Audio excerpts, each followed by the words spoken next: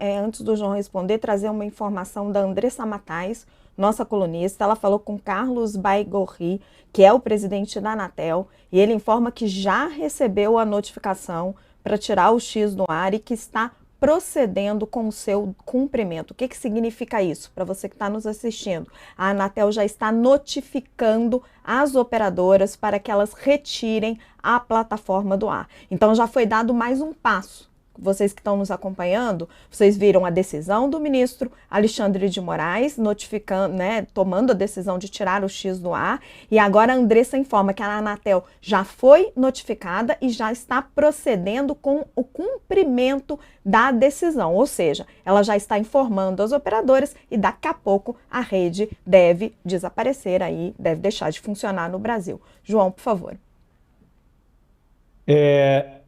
Veja, eu não acho, Léo, que para mim, justamente nós estamos colhendo um pouco os problemas de não ter uma regulação de plataformas no Brasil. A regulação de plataformas, ela estabeleceria regras claras dizendo: você precisa ter sede no Brasil para funcionar, você vai precisar trabalhar para retirada de conteúdos ilegais e, quando notificado, você terá um conjunto de obrigações procedimentais gerais que vão garantir que a legislação brasileira se aplique normalmente. E isso impediria, inclusive, a gente ficar discutindo, eu acho que os problemas da rede social. Não é que impediria, isso diminuiria esse tipo de problema que você está dizendo, que existe na rede social. Eu acho que a gente ficaria com a metade cheia do copo e sem precisar lidar com o problema da metade vazia. Isso permitiria que que o próprio X tivesse capacidade de resposta e de tratamento do seu ponto de vista de maneira diferente, porque uma das coisas que a gente viu acontecer hoje foi o ministro Alexandre de Moraes dizer o seguinte: o X não é parte nas ações. Quem é parte nas ações são aqueles que fizeram aquelas manifestações. Então ele não tem direito a ficar discutindo a decisão, porque ele está sendo simplesmente comunicado de uma decisão que não diz respeito a ele. E eu acho que essa questão, que no fundo nesse momento é verdade, ela tem a ver também com a falta de um regramento claro. O regramento claro permitiria que a gente tivesse interpretando o que está acontecendo nesse momento no Brasil à luz de regras claras e não simplesmente de uma interpretação mais geral a partir do Código Civil ou da Constituição.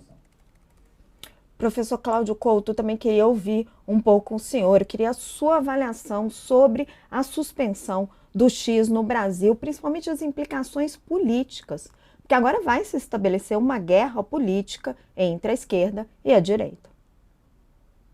É mais uma, né, Raquel? Na realidade, é mais uma batalha de uma longa guerra que vem se travando há bastante tempo. Agora, eu entendo que a decisão do ministro Alexandre de Moraes, ela se tornou uma decisão inevitável. Porque, afinal de contas, se você tem uma rede social, como é o caso do X, que vinha reiteradamente e intencionalmente desrespeitando decisões judiciais, afrontando a justiça, inclusive pelas declarações do seu dono, né, que é o Elon Musk, não sobrou outra alternativa, ainda mais depois do fechamento do escritório do X no Brasil, que não ter essa medida drástica de interromper o funcionamento da rede no país. A gente sabe que isso vai acontecer nas próximas horas e ainda há um elemento curioso aí que precisa se ver como é que vai se resolver. Uma das empresas, embora tenha uma parcela ínfima do mercado brasileiro, nem por isso deixa de ser uma parcela importante pelo tipo de alcance que tem. Uma das plataformas que vai ter que também interromper essa distribuição é a Starlink, do próprio Elon Musk, que teve também as suas contas bloqueadas para poder fazer com que as dívidas, relativas a multas do X, outra empresa do Elon Musk, fossem pagas. E existe aí uma imensa controvérsia sobre a adequação jurídica ou não de você envolver uma outra empresa, que seria, teoricamente, outro CNPJ, para usar essa expressão, e que simplesmente vai ter que arcar com os ônus da outra, simplesmente pelo fato de eles terem o mesmo dono. Então, uma série de juristas estão questionando essa medida. Agora, também parece não haver muito o que fazer, senão isso, porque o que mais resta das empresas do Elon Musk, que é quem está determinando abertamente esse desrespeito à legalidade no Brasil, o que há mais dele aqui que poderia gerar algum tipo de medida como essa? Agora, se a própria Starlink vier em breve a não cumprir também essa medida, mesmo que vai ser o 0, alguma coisa por cento